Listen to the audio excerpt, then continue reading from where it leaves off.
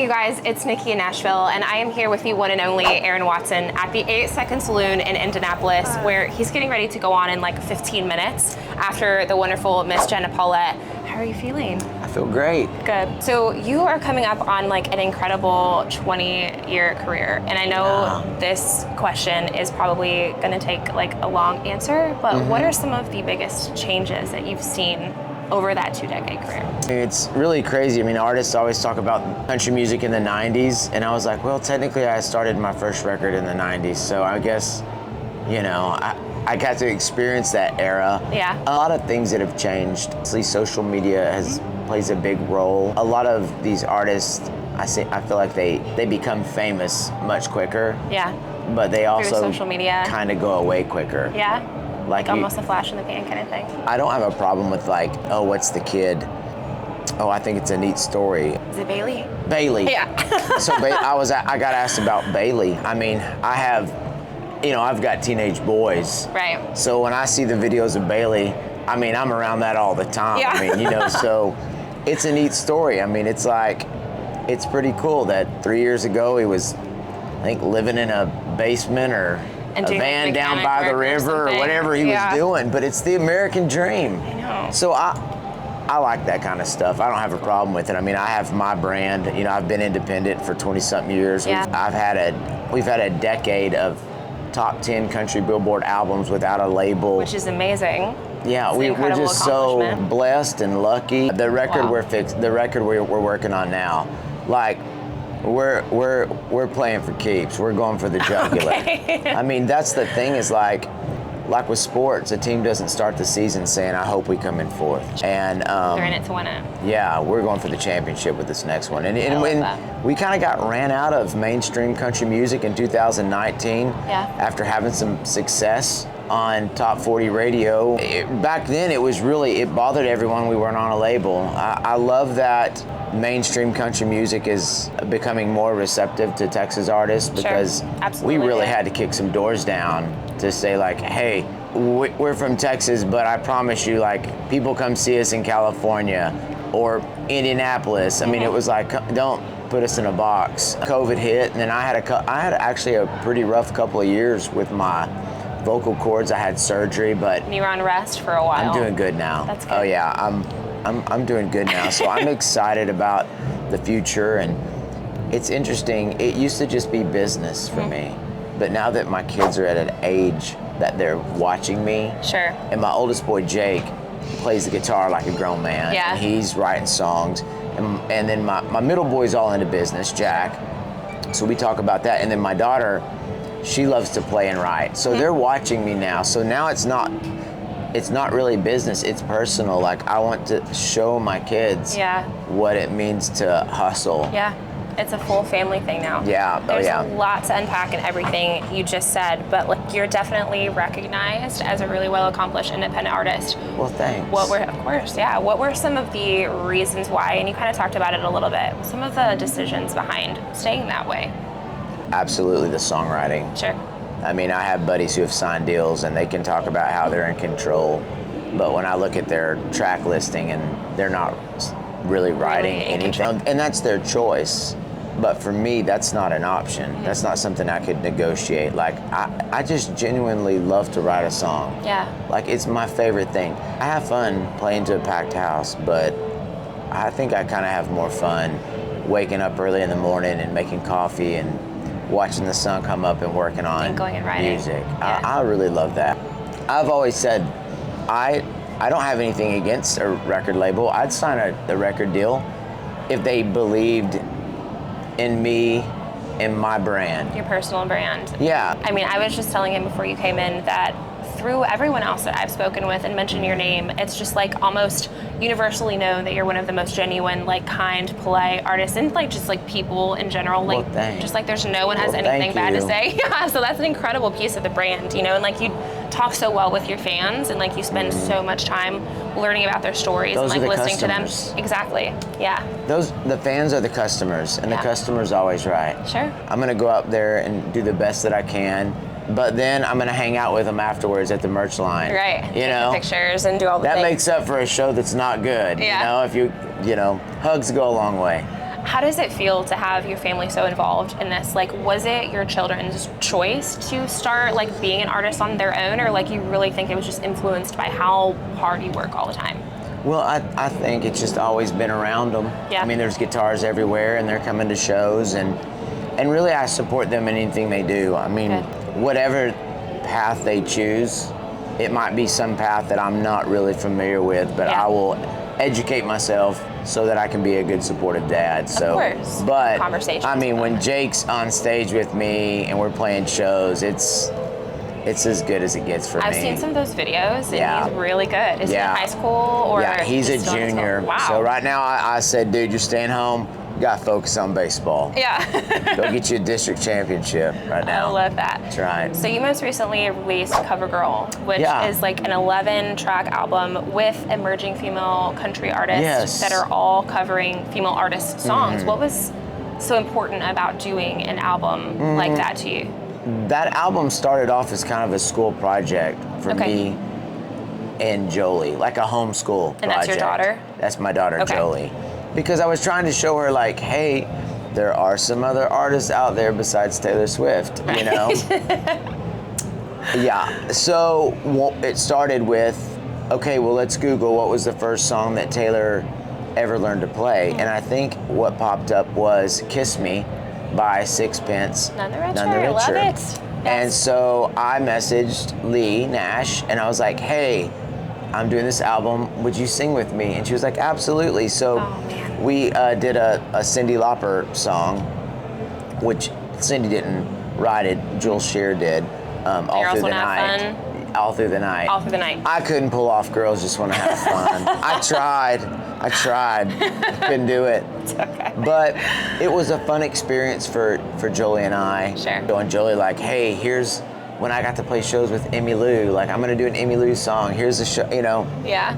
And so that was a lot of fun. And it was fun to sing duets with a lot of these girls that are out there working their butts off. They are. Yeah, they're totally working their butts off. Had Jenna out there who's amazing too, just lifting up those female artists. That's and it's, for me, it's not really even a male or female thing. It's do you work hard? Yeah. Do you, I mean, that's the deal, is like, you know, it's like I don't, like with my kids, I mean, I'm telling my daughter, like, I'm sorry, but if this is what you want to do for a living, you better work your butt off. Yeah. Like, you better play a show, and you're not going to go back to the bus and just hang out. You need to go out there, and you need to thank them for supporting your brand of music. It's a business. I mean, I'm here to have fun, but I'm working. It's also a business. Yeah. I'm working, and all those girls that sang with me on Cover Girl, they all work so hard. Like, I have a great amount of respect for them. They get out there. It's fun. We're gonna do another one. Good. Down the road. Okay. So. Looking forward to that. Yeah. Speaking of album, and you kind of highlighted it, you ended off 2023 with your biggest tour year yet by announcing first leg of 2024, and also that you're working on a new album. So what can people expect from you this year? Everyone's like, where did you come up with the idea? Armadillo Dance Hall Tour. And I was like, well, my mom drew me a picture of an armadillo. And I was like, I've already got the artwork for it because my mom drew the logo. So that's your mom's drawing? Yeah, it's my mom's drawing. So Mom drew an armadillo, you know, drinking a root beer. She said it's a root beer, it's not a beer. And put my logo on it. So I was like, we've got the logo. Let's do the Armadillo Dance Hall Tour. You know, I'm from Texas. So it's got a fun vibe to it. The record is going to be called Wild Ones Like Me. Okay. And I don't know I don't know how many songs there's going to be 15 to 25 to 30. I don't know yet. Wow. Okay. I mean, I don't know. But you sound excited about it. This is the one. This is the one. Oh yeah. This is the one. Okay. Oh yeah. This record, it's got it. Well, we're super excited about it. So I have a couple of, if you're cool for like rapid fire questions. Let's go. So I post on Instagram like, hey, I'm interviewing so-and-so. Do you have any questions you'd like to ask him? And I get some feedback. Okay, the first one is actually mine. Did you actually know Lane, or did you just know his family when you wrote July and Shine?